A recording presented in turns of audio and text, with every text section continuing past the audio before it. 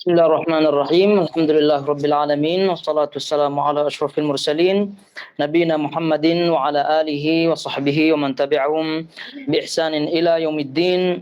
Amma ba'd. Ayyuhal ikhwatil akhawat, jamaah semua yang dirahmati Allah Azza wa Jal. Alhamdulillah, tentunya senantiasa kita bersyukur kepada Allah Azza wa Jal atas segala nikmatnya, yang dengan nikmat tersebut kita bisa kembali berkumpul di sini mengikuti kajian, baik yang hadir sebagian di sini sekarang maupun yang online, dan tentunya kita tetap berdoa kepada Allah agar Allah cepat mengangkat pandemi COVID-19 ini sehingga kegiatan kita kembali normal seperti sedia kala.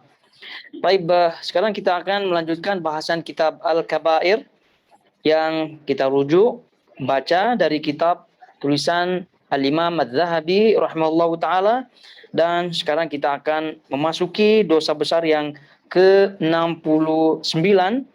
Dosa besar yang ke-69 yaitu al-qunut min rahmatillah, putus asa dari rahmat Allah Azza wa Jalla. Baik. Tentunya sebagaimana pernah kita isyaratkan pada pertemuan yang lalu, dosa besar yang ke-69 ini erat kaitannya dengan dosa besar yang ke-68, yaitu merasa aman dari makar pembalasan Allah Azza wa Jalla. Jadi dua dosa besar ini tidak boleh dipisahkan satu sama lainnya. Jadi kalau ada orang yang hanya fokus kepada agar tidak putus asa dari rahmat Allah saja, namun merasa aman daripada makar pembalasan Allah, ini juga masalah. Dan sebaliknya, fokus pada tidak merasa aman daripada makar Allah, kemudian terjerumus ke dalam berputus asa dari rahmat Allah Azza wa Jal, ini pun masalah besar. Oleh itu kedua dosa besar ini selalu disatukan atau diperingatkan oleh para ulama kita agar jangan sampai terjerumus, dan pernah kita isyaratkan juga bahwa ini sama dengan ar-raja, khauf war raja. Ini sama dengan permasalahan al-khauf war raja, yaitu takut kepada Allah Subhanahu wa taala, ar-raja yaitu mengharap kepadanya Rabbul Alamin. Dan sebagaimana kita ketahui bersama bahwa al-khauf takut, ar-raja berharap kepada Allah Subhanahu wa taala, ini sebagaimana yang disebut oleh Ibnu Qayyim rahimahullahu taala dan juga para imam ulama yang lainnya mengatakan ini ibarat dua sayap burung. Jadi apabila salah satunya patah atau tidak ada, ya tentu burung itu tidak akan mampu terbang. Begitu juga dengan kaum muslimin dalam hal merasa aman daripada makar Allah, kemudian berputus asa dari rahmat Allah Azza wa Jal, ini pun dua hal dosa besar yang kedua-duanya harus benar-benar disikapi dengan benar. Kalau tidak, maka tadi kita sebutkan salah satu saja yang terpesong, yang tersilap, maka masuk ke dalam dosa besar dan tentunya dalam kebinasaan.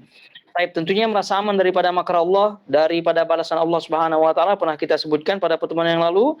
Kemudian kita sekarang untuk balance, untuk agar supaya sebanding, ya, agar itu tidak terlalu berlebihan pada diri seorang, maka kita pun diperkenalkan oleh para ulama, diingatkan kaitannya dengan dosa besar yang ke-69 ini, putus asa dari rahmat Allah Subhanahu wa taala. Jangan kita merasa terlalu takut kemudian akhirnya berputus asa. Itu maksudnya peringatan-peringatan para ulama di sini.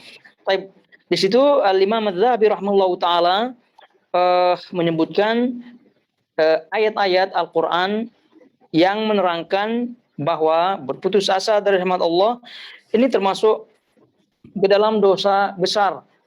Dosa besar di mana berputus asa dari rahmat Allah ini adalah bagian daripada sifat al-kafirin, sifat daripada orang-orang kufar, orang-orang yang tidak beriman kepada Allah Azza wa Jal, sehingga tentunya kalau dah demikian kita pastikan ini termasuk dosa besar.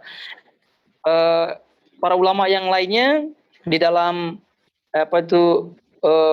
dosa besar yang ini, yaitu berputus asa dari rahmat Allah, mereka juga memasukkannya ke dalam dosa besar, seperti Ibnul Qayyim rahimahullahu taala, seperti Al-Haythami rahimahullahu taala, dan juga yang lainnya itu memasukkan dosa berputus asa dari rahmat Allah ini ke dalam dosa besar. Dan kalau kita melihat tafsir-tafsir para ulama di dalam ayat-ayat yang beliau sebutkan ini, kemudian juga ayat-ayat yang lain yang menyebutkan tentang berputus asa dari rahmat Allah, ini para ulama-ulama tafsir mengingatkan bahwa ini adalah dosa besar yang menjerumuskan seorang ke dalam al-halak, kehancuran, kebinasaan. Nah, baik. Ya, namun kebanyakannya ya kita karena terlalu kadang-kadang tidak berputus asa, terlalu berlebihan rojaknya mengharap pada Allah Subhanahu wa taala, kebanyakan di antara kita terjerumus ke dalam dosa besar yang sebelumnya. Itu kebanyakannya. Namun tidak sedikit juga yang terjerumus ke dalam berputus asa dari rahmat Allah Subhanahu wa taala, sehingga banyak di antara mereka ya sudah, ya kalau udah tidak sholat ya ngapain lagi berbuat baik katanya. Ya kalau belum pakai jilbab, belum menutup aurat, ya untuk apa lagi berbuat melakukan sholat. Atau banyak di antara orang-orang yang kalau ditanya kenapa belum haji, belum siap. Bukan belum siap dari segi harta, tapi belum siap dari dirinya katanya. Ini semua adalah bentuk daripada berputus asa dari rahmat Allah Azza wa Jal. Dan banyak tentunya di antara orang-orang yang seperti itu. Naudzubillah min dzalik. Baik. Kita lihat apa yang disebutkan oleh Al-Imam Adz-Dzahabi di sini. Firman Allah Subhanahu wa taala surah Yusuf ayat 87 di situ, kemudian surah Asy-Syura ayat 28, kemudian surah Az-Zumar ayat 53. Innahu la yai'asu min rauhillah illa al-qaumul kafirun. Yusuf ayat 87. Sesungguhnya tiada berputus asa dari rahmat Allah melainkan kaum yang kafir. Begitu juga wahwallazi yunazzilul ghaitha min ba'di ma qanatu, dan dialah yang menurunkan hujan sesudah mereka berputus asa. Qul ya ibadiyalladzina asrafu ala anfusihim la taqnatu min rahmatillah. Katakanlah, hai hamba-hambaku yang melampaui batas terhadap diri mereka sendiri, janganlah kamu berputus asa dari rahmat Allah Azza wa Jal. Az-Zumar ayat 53, dan Nabi SAW bersabda, la yamutanna ahadukum illa wahwa hasanul dhanni billahi azza wajal. Janganlah salah seorang dari kalian mati melainkan dalam keadaan berbaik sangka kepada Allah azza wajal. Jadi ini yang disampaikan oleh Al-Imam Adz-Dzahabi rahimahullahu taala, dan kalau dipahami ya tentu apa yang beliau nukilkan daripada ayat, kemudian daripada keterangan Nabi SAW agar kita husnudzan, berbaik sangka, berharap kepada Allah Subhanahu wa taala, ya tentu ini adalah jalan keselamatan dan terjauh daripada dosa besar yang ke-69 ini, yaitu berputus asa dari rahmat Allah Azza wa Jalla. Baik, kalau kita melihat bahasan-bahasan yang diterangkan oleh para ulama dalam bab ini, kalau kita lihat putus asa ini ada istilah al-ya's, ya, ada istilah al-ya's, kemudian ada istilah qunut. Qunut pakai to, bukan pakai ta. Qunut. Jadi al-ya'su wal qunut.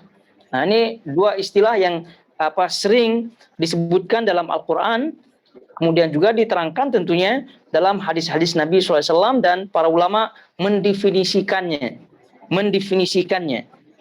Baik.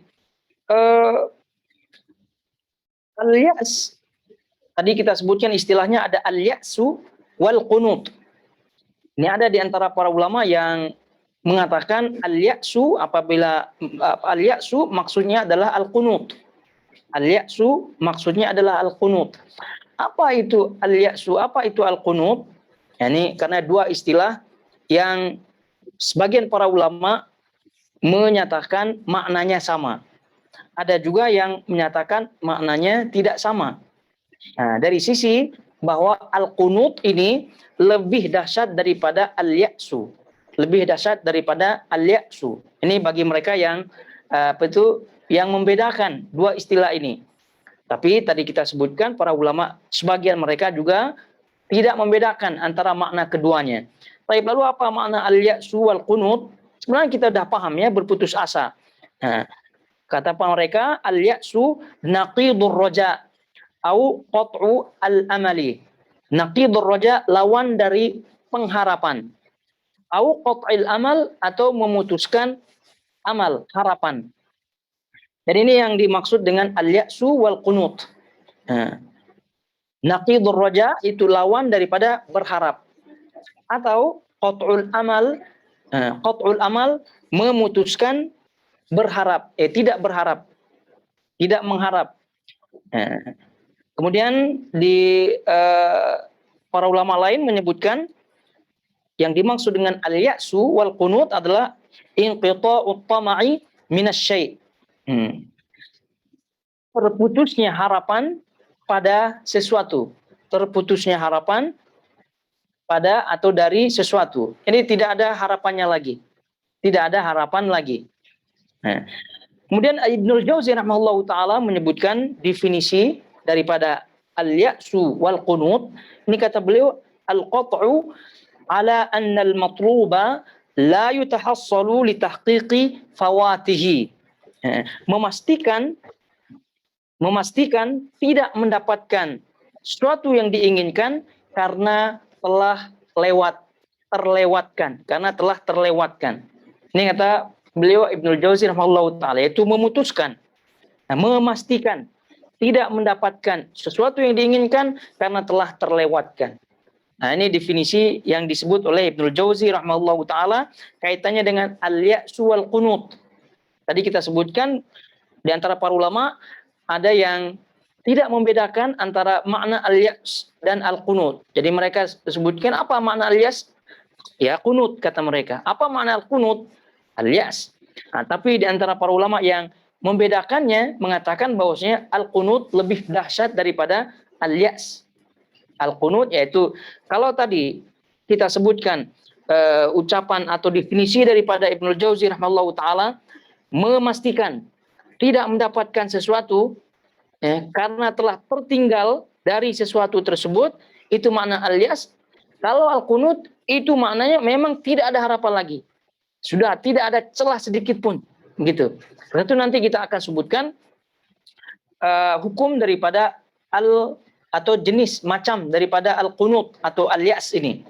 Jadi Syekh Abdurrahman As-Sa'di rahimahullahu taala membagi putus asa dari rahmat Allah atau al-qunut dan al-ya's ini ada dua.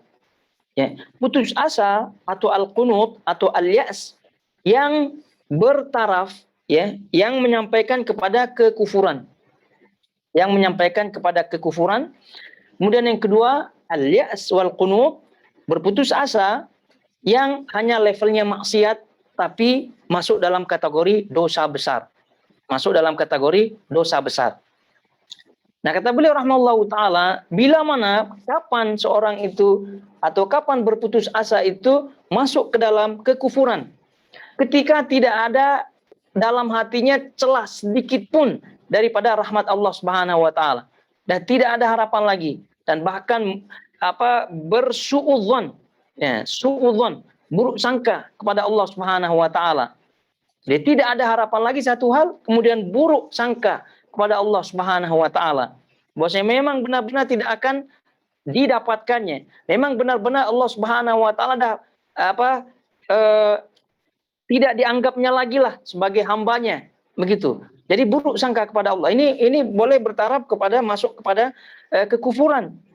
Nah, tapi kalau berputus asanya sampai kepada malas-malasan, sampai kepada pesimis saja, begitu. Nah, ini masuk ke dalam kategori dosa besar. Jadi sehingga al-ya's wal qunut ada yang mengarah kepada kekufuran, ada yang sampai kepada dosa besar saja. Ya, tapi dua-duanya ini bahaya sekali. Ya, dan kita untuk menyelamatkan diri tentu harus betul-betul menjauhkan diri daripada sifat-sifat seperti ini, karena mana tahu apakah kita terjerumus ke dalam kekufuran, naudzubillah min dzalik, karena ada di antara kita yang kadang ketika mendapatkan sesuatu yang sangat-sangat berat dalam kehidupannya, itu berputus asa satu hal, berburuk sangka kepada Allah Subhanahu wa taala dua hal. Nah, dan macam-macam lagi pikiran-pikirannya. Nah, itu bisa atau boleh menjerumuskannya ke dalam kekufuran. Naudzubillah min dzalik. Di dalam Al-Quran, Allah Subhanahu wa taala di antara ayat-ayat yang menyebutkan hal ini, sebagaimana tadi disebutkan oleh Imam Az-Zahabi rahimahullahu taala 3 ayat di situ. Juga kalau kita melihat pada surah Al-Hijr ayat 55 sampai 56 di situ, ketika malaikat memberitahukan kabar gembira kepada Nabi Ibrahim ya alaihi salatu wassalam, ya, untuk mendapatkan anak, ya. Nabi Ibrahim alaihissalatu wassalam kan dalam ceritanya itu lama mendapatkan anak. Jadi sebelum itu ada malaikat yang memberitahukan kabar gembira tersebut. Qalu basyarnaka bil haqq fala takum minal qanitin. Jadi mereka mengatakan basyarnaka, kami memberikan kamu kabar gembira bil haqq, dengan kebenaran, dengan kepastian, fala takum minal qanitin, maka jangan kamu menjadi orang yang berputus asa. Nah, ini sepertinya malaikat sudah suuzon ya kepada Nabi Ibrahim, karena sudah lama tidak mendapatkan anak. Jadi ya wajar-wajar saja, karena ini menunjukkan juga malaikat tidak tahu hal-hal yang gaib gitu. Mana tahu Nabi Ibrahim berputus asa apa tidak. Tapi rupa-rupanya Nabi Ibrahim tidak berputus asa, karena beliau langsung menjawab malaikat ini, qala, yaitu berkata Nabi Ibrahim, wa man yaqnatu min rahmati rabbih illa dhalun. Jadi tidaklah ada orang yang berputus asa dari rahmat Allah kecuali melainkan orang-orang itu adalah orang-orang yang sesat. Jadi maknanya aku tidak demikian. Ini kata Nabi Ibrahim alaihissalatu wassalam menjawab malaikat yang mengatakan pada Nabi Ibrahim, jangan kamu menjadi orang yang berputus asa. Nah, ini berputus asa ya tentu banyak ya ayat-ayat yang mencela sifat-sifat tersebut. Dari ayat-ayat celaan tersebut kita bisa mengetahui keburukan-keburukan ya daripada al-yas wal qunut, daripada daripada berputus asa dari rahmat Allah Subhanahu wa taala. Di antaranya sebagaimana tadi disebutkan bahwa al-qunut atau al-yas min rahmatillah itu adalah sifat daripada orang-orang kafir, sifat orang-orang yang tersesat.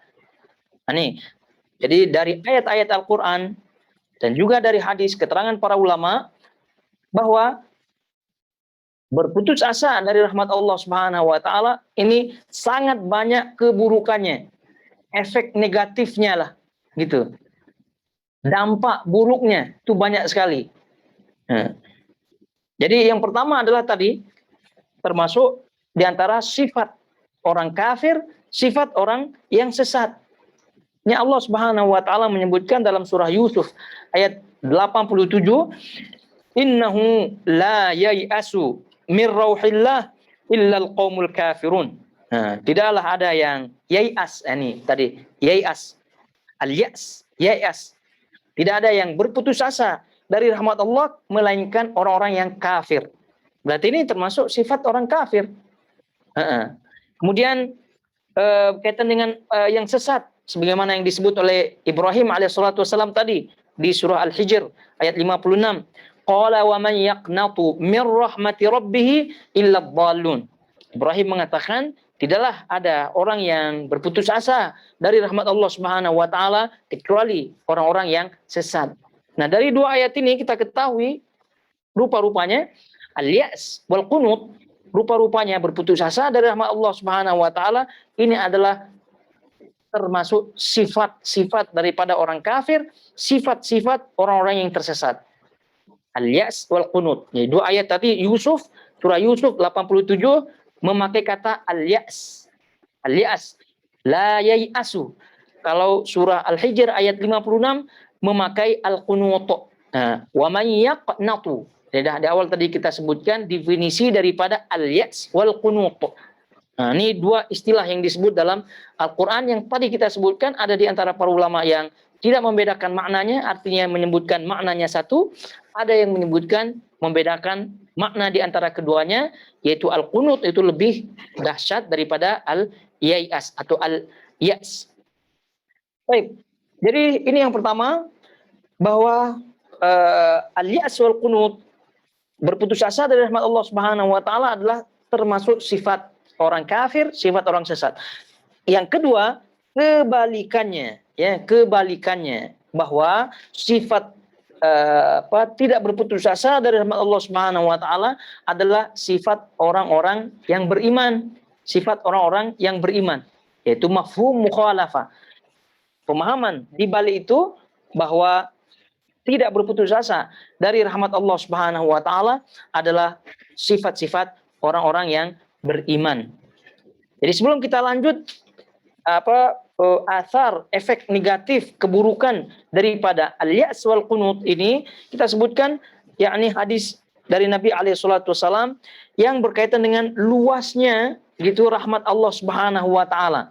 Luasnya rahmat Allah Subhanahu wa taala.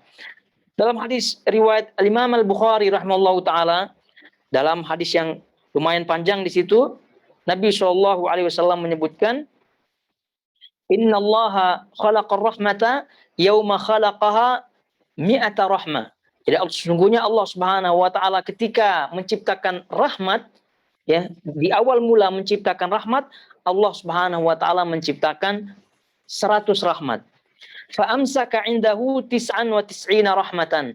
Dan Allah Subhanahu wa taala menyimpan 99 rahmat di sisinya. Wa arsala fi khalqihi kullihim rahmatan wahida. Dan Allah Subhanahu wa taala memberikan satu rahmat saja kepada seluruh makhluk. Berarti yang 99 disimpannya. Falau ya'lamul kafiru bi kulli alladhi 'indallah minar rahmah lam yai'as minal jannah.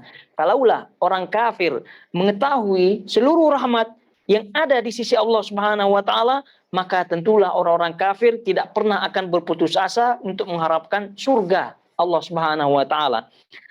Walau ya'lamul muslimu bi kulli alladhi 'indallah minal 'adzab lam ya'man minan nar.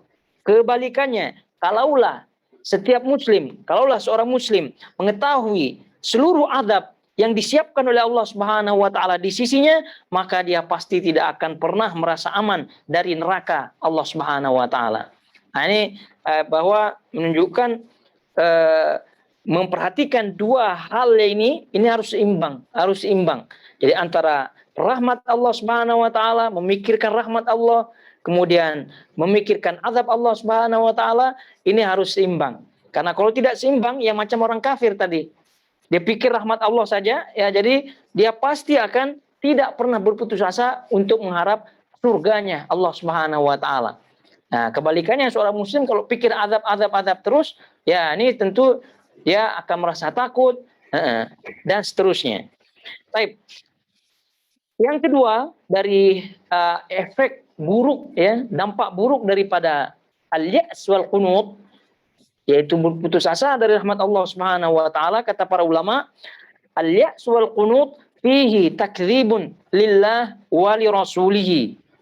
Al-ya's wal qunut, berputus asa dari rahmat Allah Subhanahu wa taala, ini adalah bentuk mendustakan Allah dan Rasulnya. Bentuk mendustakan Allah dan Rasulnya. Nah, itu yang disebut oleh para ulama, diantaranya adalah Al-Imam Al-Qurtubi rahimahullahu ta'ala di dalam tafsirnya Al-Jami' li Ahkamil Quran ketika menafsirkan surah Al-A'raf ayat 156. Jadi kata beliau rahimahullahu ta'ala, al-ya'su min rahmatillah, berputus asa dari rahmat Allah, fihi takdzibul Quran, padanya, pada sifat ini ada pendustaan terhadap Al-Quran, ada pendustaan terhadap Al-Quran. Idh yaqulu wa qawluhu yaghfiru lahu, idh yaqulu wa qawluhu al-haq.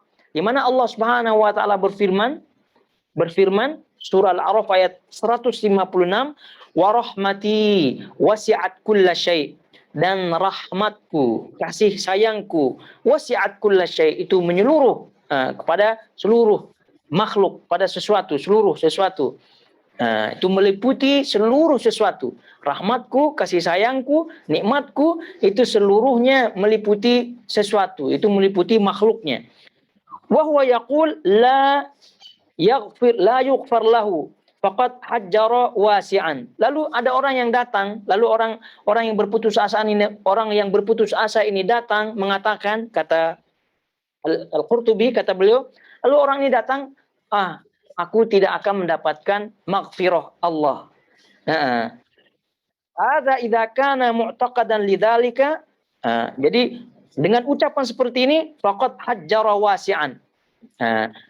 Dengan ucapan seperti ini dia telah menutup rahmat yang luas tadi. Jadi kita ulangi, Al-Qurtubi rahimahullahu taala mengatakan bahwasanya berputus asa dari rahmat Allah Subhanahu wa taala ini mendustakan Allah dan Rasulnya. Sebagai dalilnya apa? Kata Al-Qurtubi, surah Al-A'raf ayat 156. Wa rahmati wasi'at kullasyai. Rahmatku itu meliputi seluruh makhluk Allah Subhanahu wa taala. Jadi kalau ada orang yang datang tiba-tiba mengatakan, aku tidak akan diampuni oleh Allah, begitu. Jadi kata beliau, faqad hajjara wasi'an, dia telah menutup rahmat yang luas tadi. Berarti dia telah dusta, begitu. Baik. Oleh itu kata Allah Subhanahu wa taala, kata Al-Qurtubi, innahu la yai'asu min rauhillah illa al-qaumul kafirun. Jadi sungguhnya tidak ada yang berputus asa dari rahmat Allah melainkan orang-orang yang kafir. Jadi orang kafir ya sifatnya tadi kita sebutkan berputus asa dari rahmat Allah Subhanahu wa taala. Baik, dengan cepat kita sebutkan keterangan para ulama kaitannya dengan dampak buruk, ya, efek buruk negatif daripada al-ya's wal qunut ini. Selanjutnya adalah kata beliau, kata para ulama, pada sifat ini terdapat su'adab ma'allah. Su'adab, tidak beradab kepada Allah. Buruknya adab, atau dengan bahasa kita kurang ajar kepada Allah Subhanahu wa taala.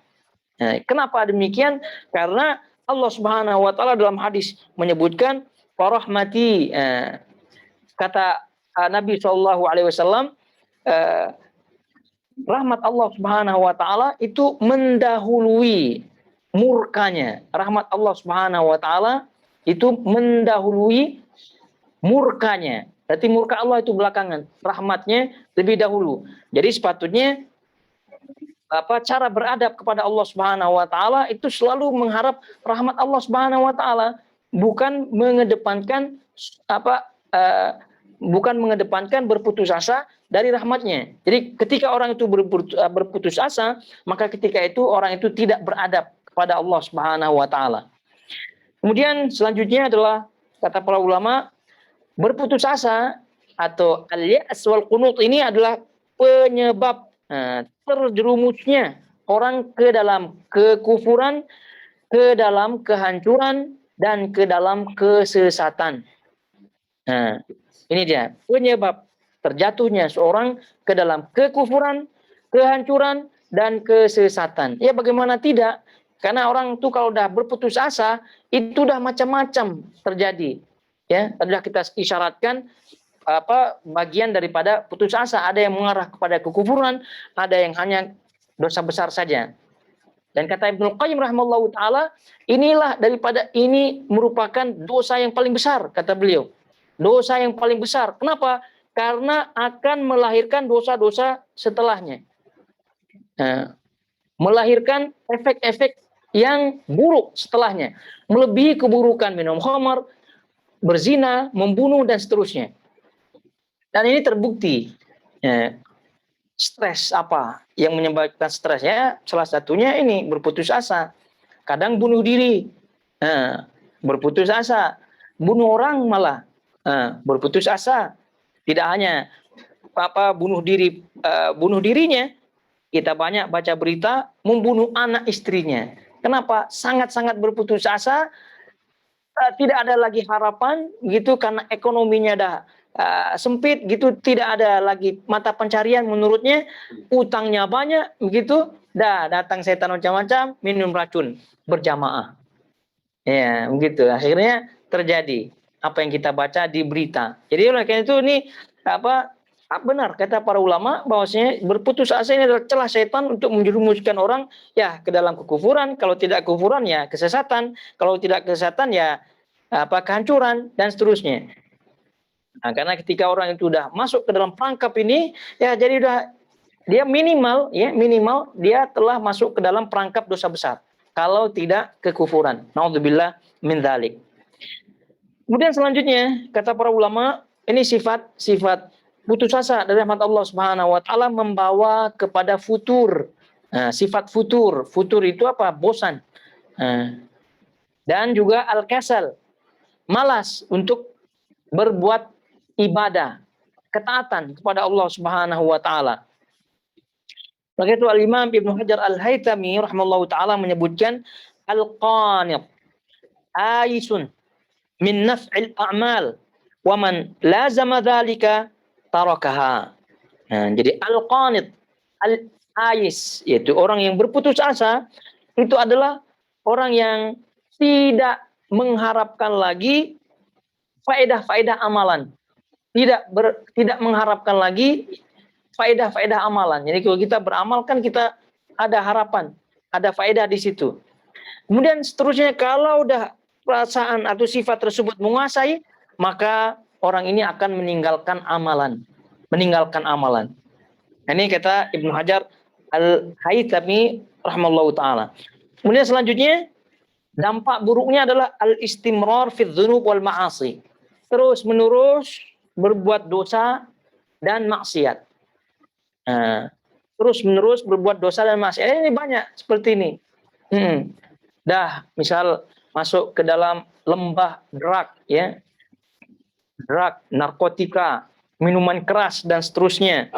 Jadi tidak ada harapan lagi untuk mendapatkan rahmat Allah, tidak ada harapan lagi untuk mendapatkan maghfirah Allah Subhanahu wa taala. Ya udah sekali-kali aja lah begitu.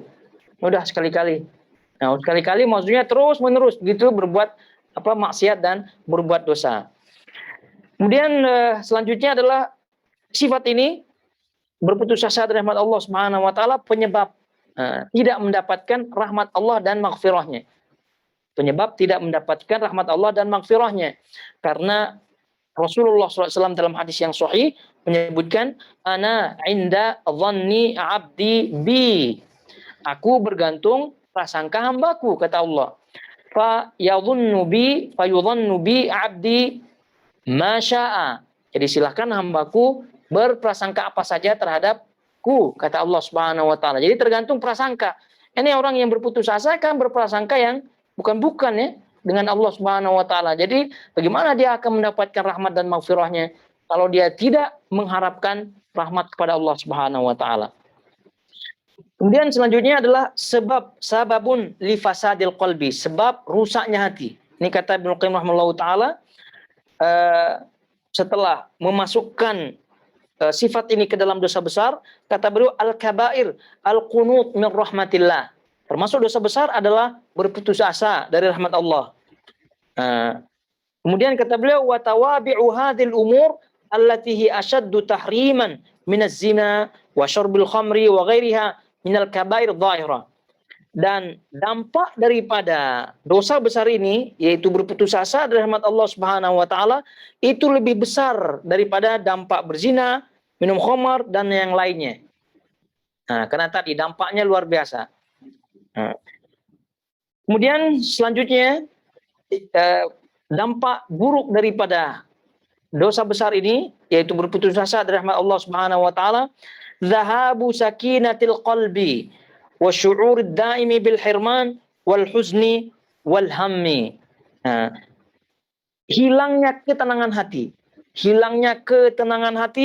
dan syu'ur ad-daim, dan perasaan yang selalu perasaan selalu sedih dan tidak tenang. Selalu sedih dan tidak tenang, perasaan yang menghantui begitu istilahnya. Perasaan yang menghantui, dihantui oleh perasaan sedih dan tidak tenang. Ya, bagaimana dia mau tenang? Karena dia berputus asa dah. Karena kan secara psikologi kita kalau mau tenang kan kita banyak harapan. Oleh karena itu ketika kita sakit, ya kita utamakan rojaknya, bukan khaufnya ketika kita sakit. Karena kalau ketika kita sakit, kalau kita utamakan khaufnya, masalah. Begitu. Ini datang keluarganya begitu untuk memotivasi supaya sembuh, dia pula merasa takut. Artinya berputus asa. Ini masalah.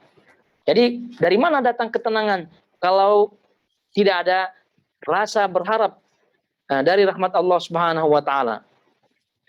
Baik.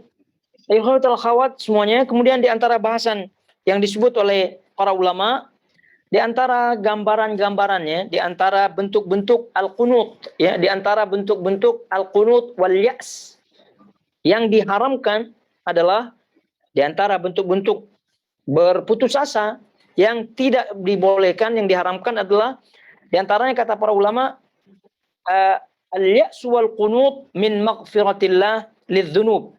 Berputus asa dari maghfirah Allah, dari ampunan Allah terhadap dosa-dosanya.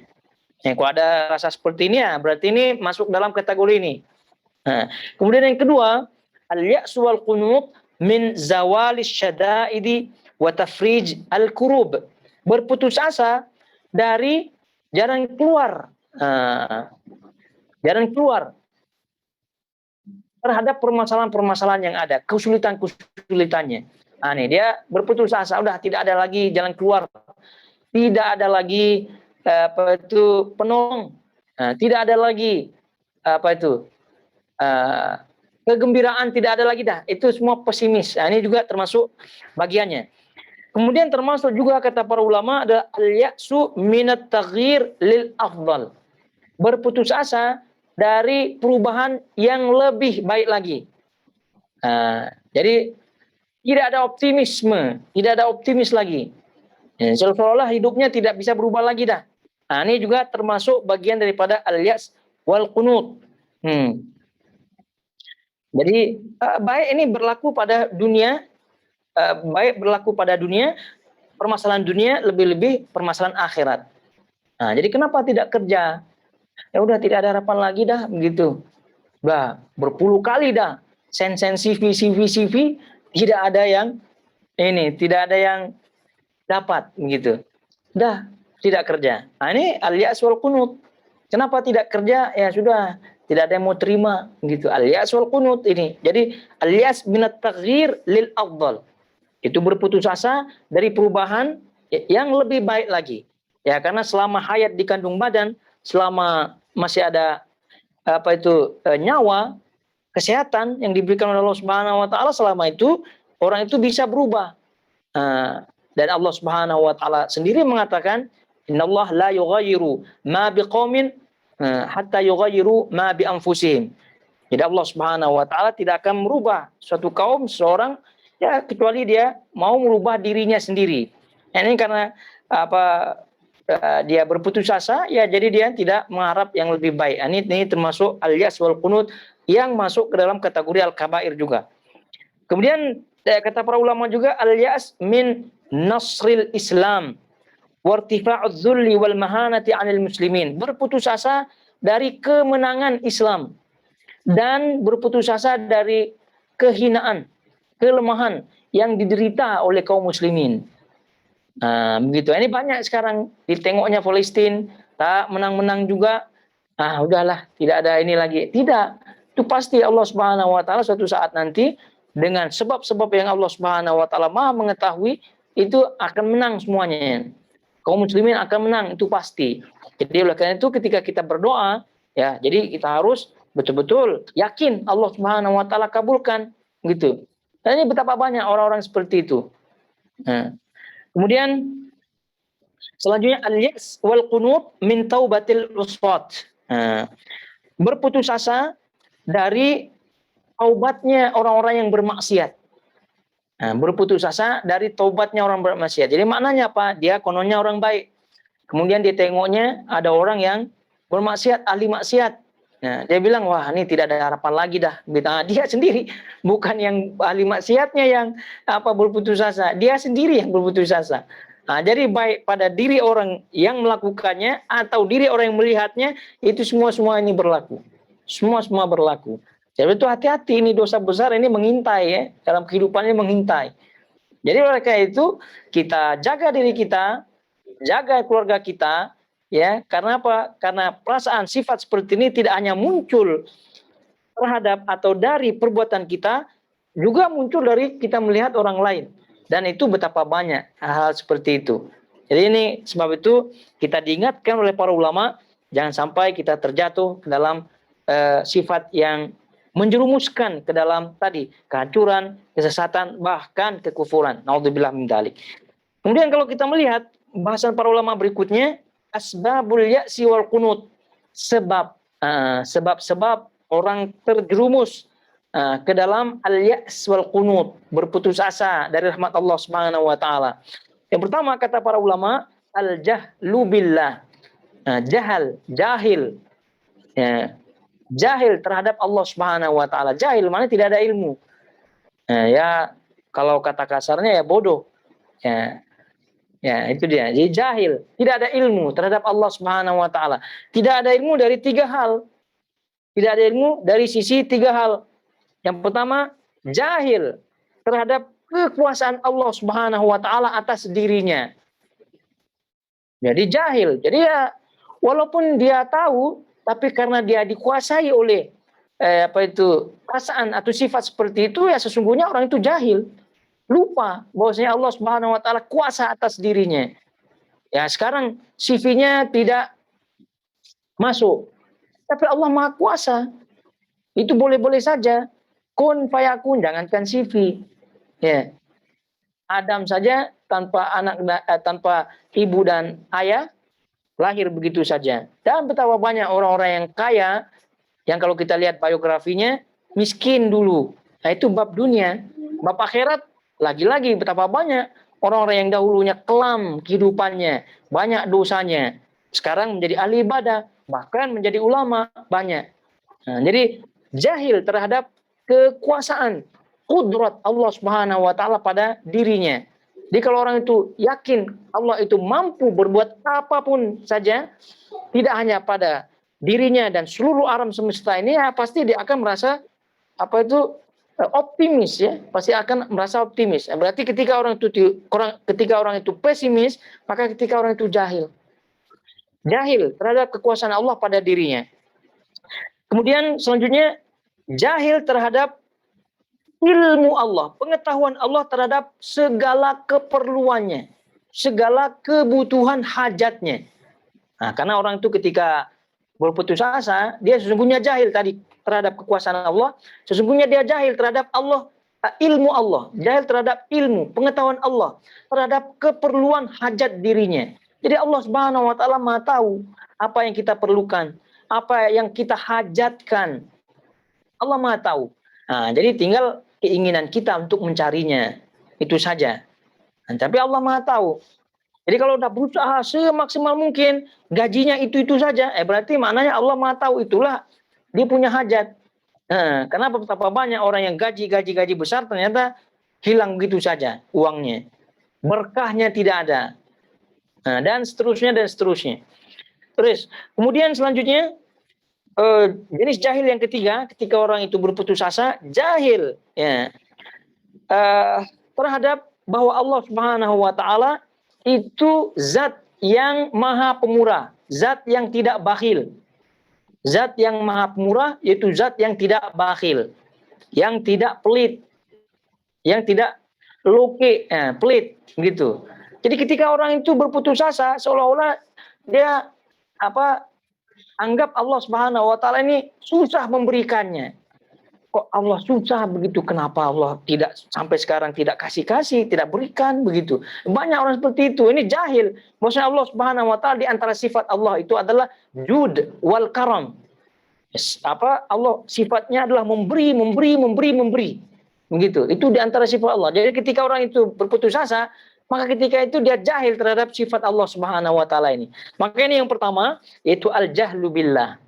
Ya, bodoh, jahil terhadap Allah Subhanahu wa taala dari 3 sisi. Ini penyebabnya. Tadi dah kita sebutkan.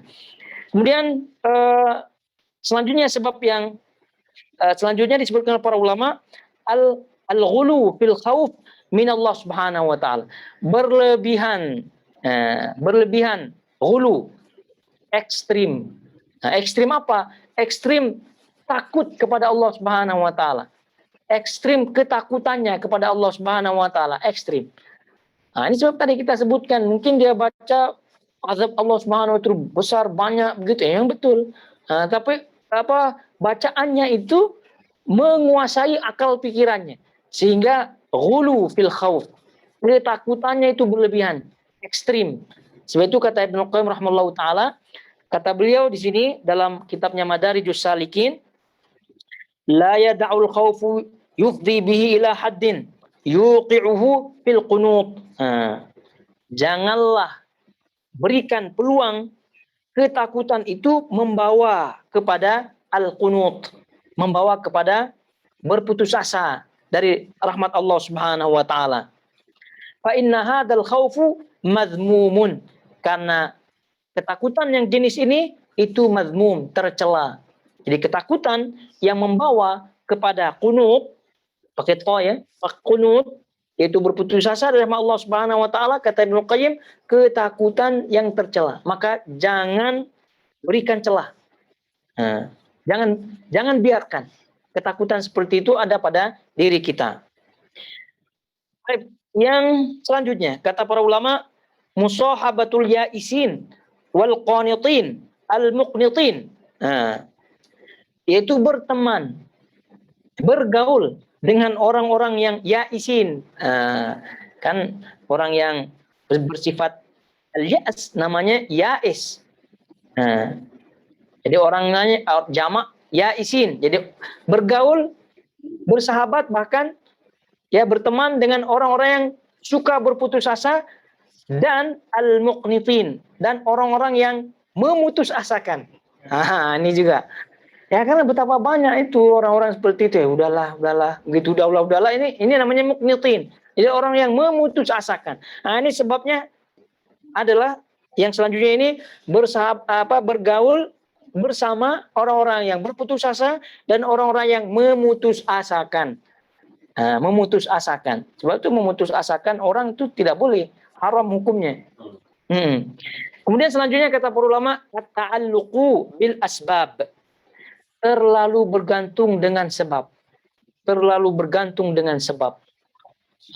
Ini bergantung dengan sebab, ini sifat orang-orang kafir ya, bergantung sebab. Jadi karena dia seluruh kehidupannya ini hitung-hitungan. Sudah ada hitung-hitungannya gitu. Macam apa itu? Math ya, matematika, macam fisika, macam itulah hitung-hitungannya.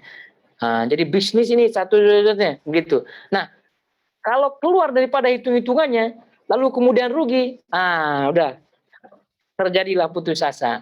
Ini betapa banyak at-ta'alluqu bil asbab, terlalu bergantung dengan sebab. Ya, sebab bagi kita kaum muslimin ya tentu kita harus menjalankannya, tapi kita harus dasari sebab itu dengan tawakal kepada Allah Subhanahu wa taala. Karena yang namanya sebab ya dinamakan sebab ya karena sebab begitu, hanya sekedar sebab. Tidak menjamin sebab itu kita mendapatkan apa yang kita inginkan, tidak menjamin. Oleh karena itu seorang muslim tidak boleh terlalu bergantung dengan sebab. Tapi juga tidak boleh meninggalkan sebab. Dalam arti ketika telah kita lakukan sebab lalu kemudian tidak mendapatkan apa yang kita inginkan dari menjalankan sebab itu, maka seorang muslim tenang. Tidak seperti orang kafir. At-ta'alluqu bil asbab, ini terlalu bergantung dengan sebab. Kemudian selanjutnya adalah kata para ulama at-tashaddud fid din. Tashaddud, terlalu keras dalam agama, terlalu tegas dalam agama. Wa tarkul akhdhi birrukhasi al-masyru'ah, dan meninggalkan keringanan-keringanan yang ada dalam syariat. Meninggalkan keringanan-keringanan dalam syariat. Ya, contoh ya seperti sekarang pandemi, begitu kan? Pandemi. Dah ada para ulama menyebutkan diberikan keringanan bagi mereka yang takut tertular COVID. Boleh tidak pergi ke masjid. Ini datang orang wajib pergi ke masjid. gitu katanya. Nah, ada keringanan dari para ulama berdasarkan istinbat hukum yang ada, pada malah ijma para ulama. Nah, begitu. Boleh berrenggang-renggang begitu softnya. Datang pula harus begitu. Softnya harus rapat begitu. Nah, pakai mask pun ini ada keringanan daripada para ulama. Karena apa? Bukan dari para ulama ya, dari dalil-dalil yang ada, karena ini pandemi masalahnya. Jadi pakailah mask. Datang tak boleh menutup ini, tak sah sholatnya. Begitu. Ini bentuk tasyadud ini. Ya walaupun kita hargai ya, tapi bukan pada dirinya efeknya tidak, tapi yang lain-lain yang pengikut-pengikut itu pada efeknya. Jadi pada dirinya mungkin dia tidak ada rasa al-qunut ya, tidak ada rasa berputus asa. Tidak.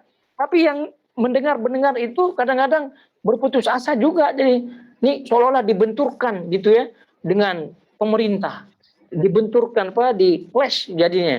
Ini fatwa harus begitu. Ini pula undang-undang pemerintah mengatakan harus pakai mask. Ini pula fatwa ulama atau fatwa ustadz atau fatwa ini tidak boleh pakai. Wah, lebih baik jangan sholat lah begitu. Maka boleh seperti itu jadinya. Ya. Yang tadinya ya pergi ke masjid dengan protokol kesehatannya, begitu kan? Nah, sudah ada rukhsah, sudah ada keringanan-keringanan yang ada. Nah, tapi karena mendengar fatwa-fatwa seperti itu, ya mungkin tadi kita sebutnya orang berfatwa ya santai-santai saja, tidak ada masalah baginya. Tapi yang ini pengikut-pengikutnya ini yang baru, wah ini susah, udah janganlah begitu. Udah meninggalkan lagi terjerumus. Naudzubillah min dzalik. Ini at-tasyaddud fid din. Salah satu contoh yang ringan dan contoh-contoh yang lain tentu banyak. Gara-gara terlalu keras dalam beragama, ya, jadi akhirnya masuk ke dalam jurang al-ya's wal qunut. Naudzubillah min dzalik. Selanjutnya kata para ulama, qillatus sabri wasti'jalin nataij. Sedikitnya sabar dan tergesa-gesa mengharapkan natijah, hasil.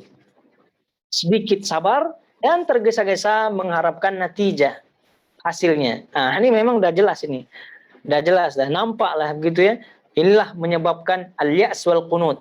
Dahlah tidak ada sabar, tergesa-gesa pula. Udah kalau udah tidak dapat ya mau tidak mau akhirnya dia terjerumus ke dalam al-ya's wal qunut. Itulah disebutkan man ista'jala syai'an qabla awanihi uqiba bihirmanihi. Barang siapa yang isti'jal tergesa-gesa untuk mendapatkan sesuatu, maka hukumannya dia tidak akan mendapatkannya.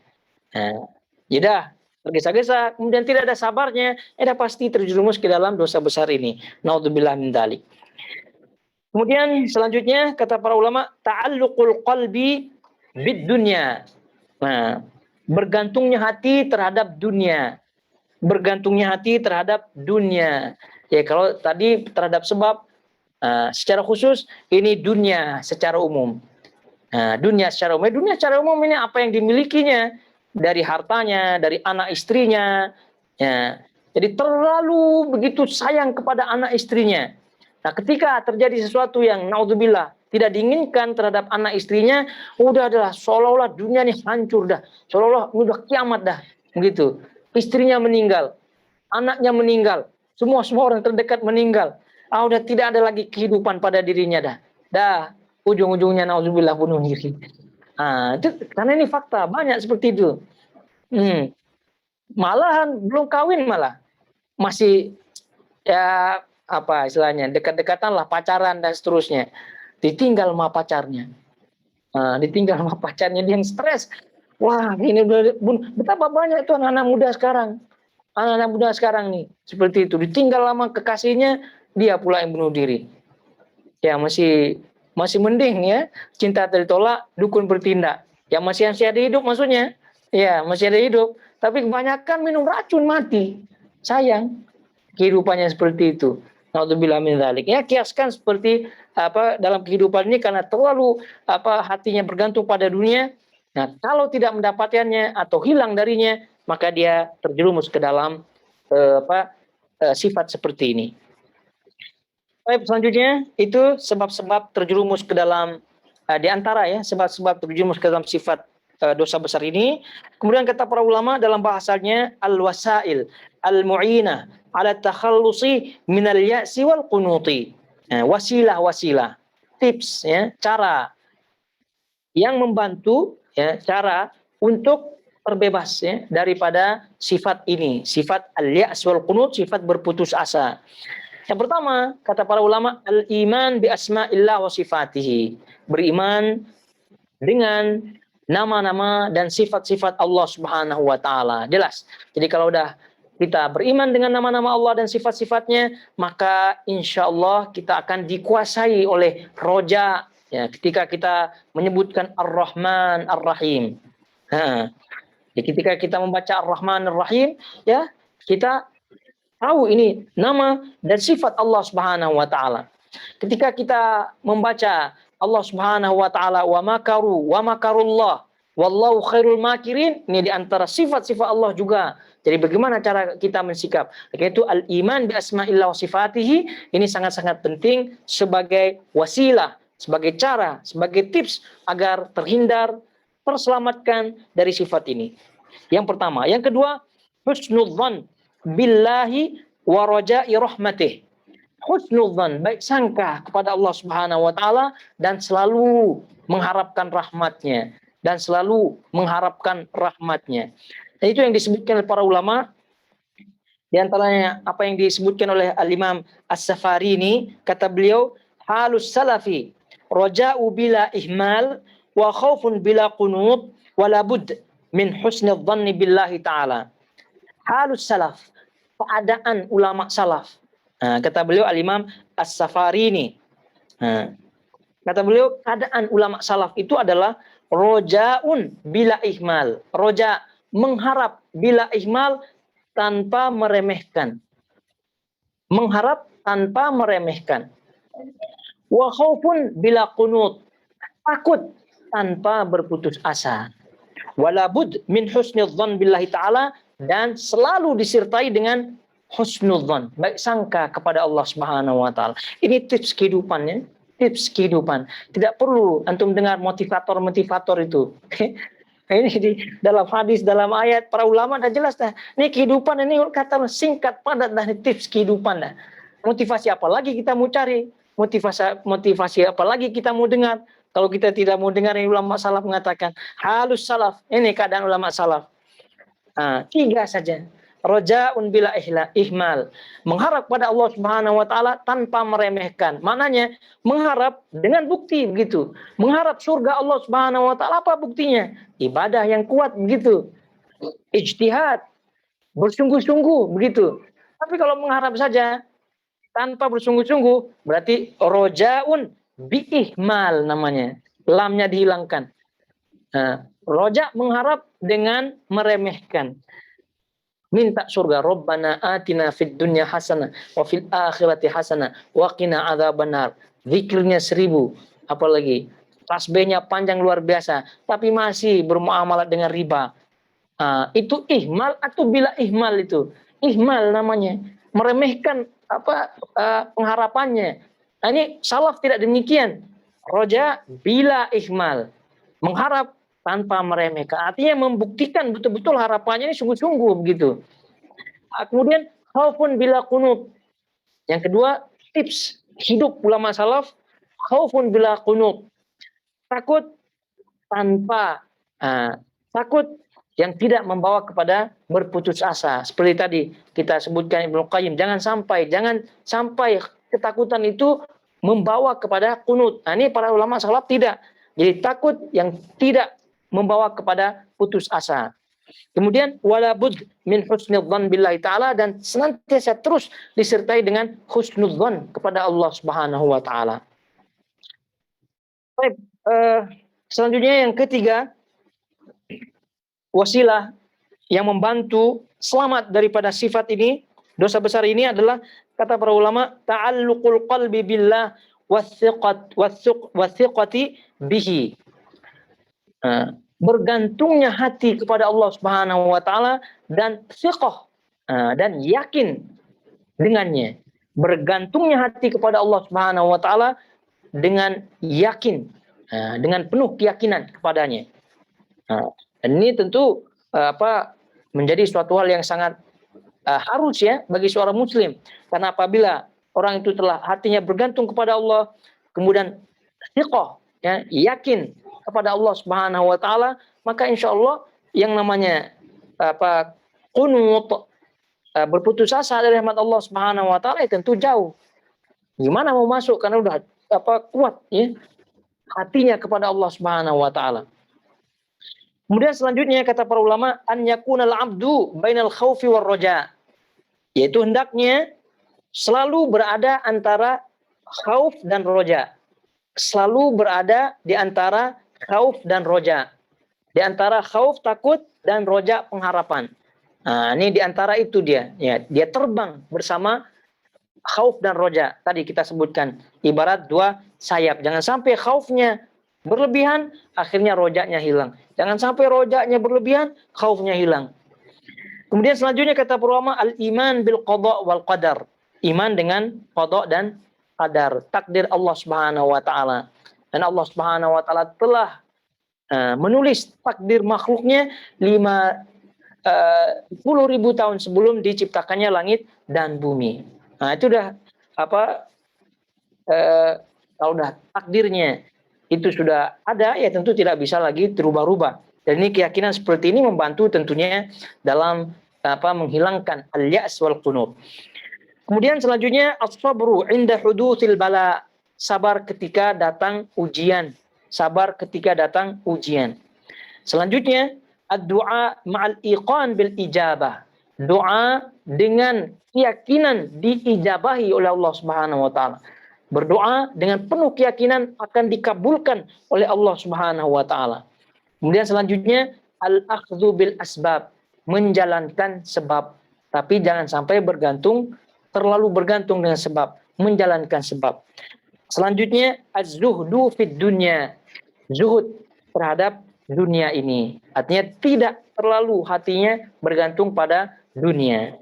Baik, ayuhal akhwat semuanya, ini di antara bahasan-bahasan para ulama ya, kaitannya dengan berputus asa dari rahmat Allah Subhanahu wa taala, sehingga semoga Allah Subhanahu wa taala menjauhkan kita, keluarga kita dan kaum muslimin dari dosa besar yang mengintai kehidupan kita ini, baik berputus asa dari rahmat Allah Subhanahu wa taala maupun sebelumnya merasa aman dari balasan Allah Subhanahu wa taala.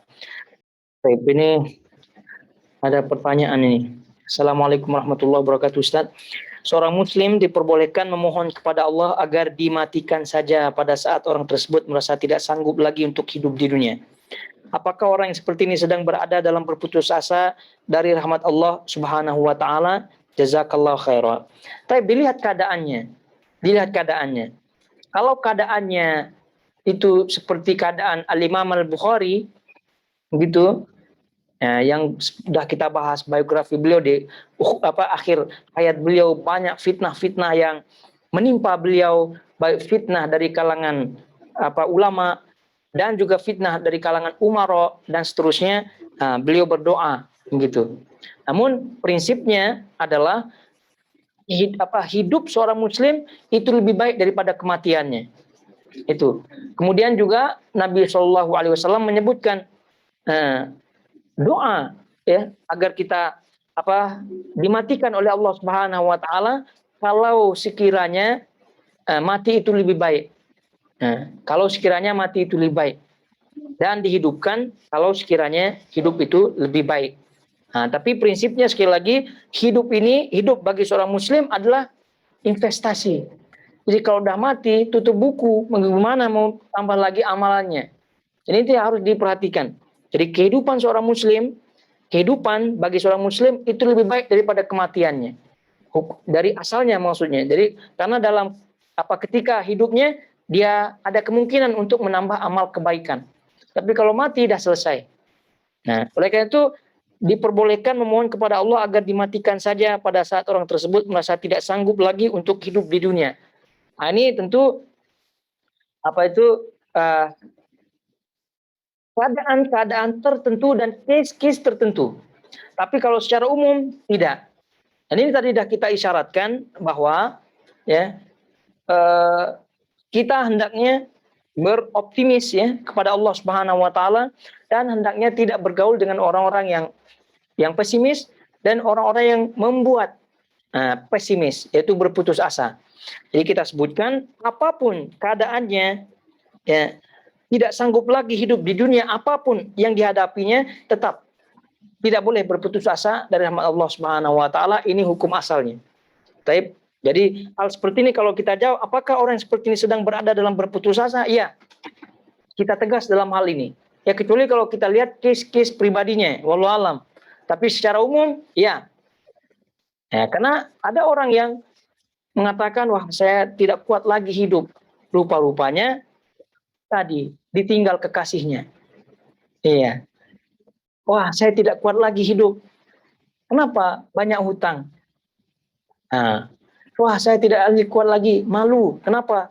Udah tidak kerja, malu tidak kerja. Gimana? Artinya ada orang itu bagi dirinya luar biasa, padahal solusinya itu ada.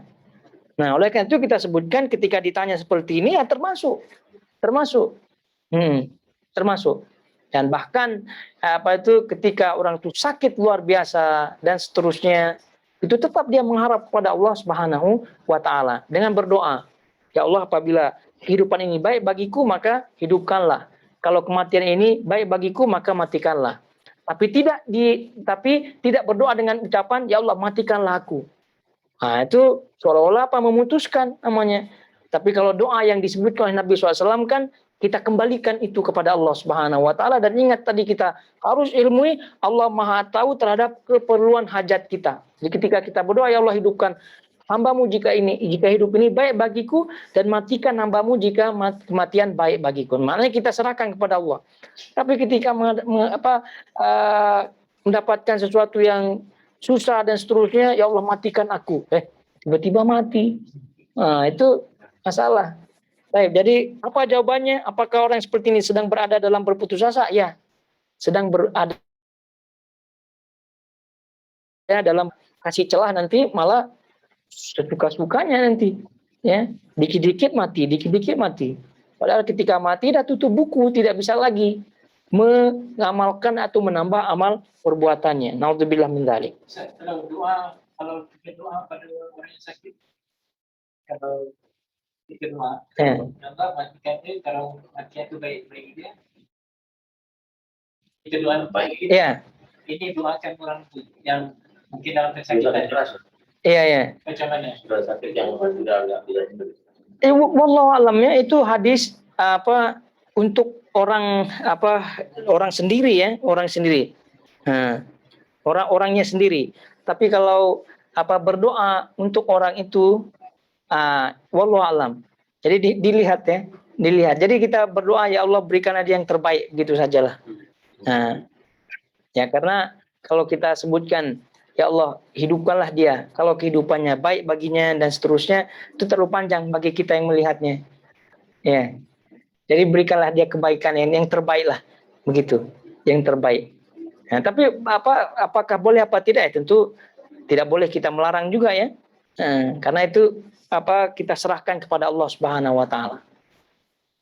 Wassallallahu ala nabiyina Muhammad wa ala alihi wasallam. Wassalamualaikum warahmatullahi wabarakatuh.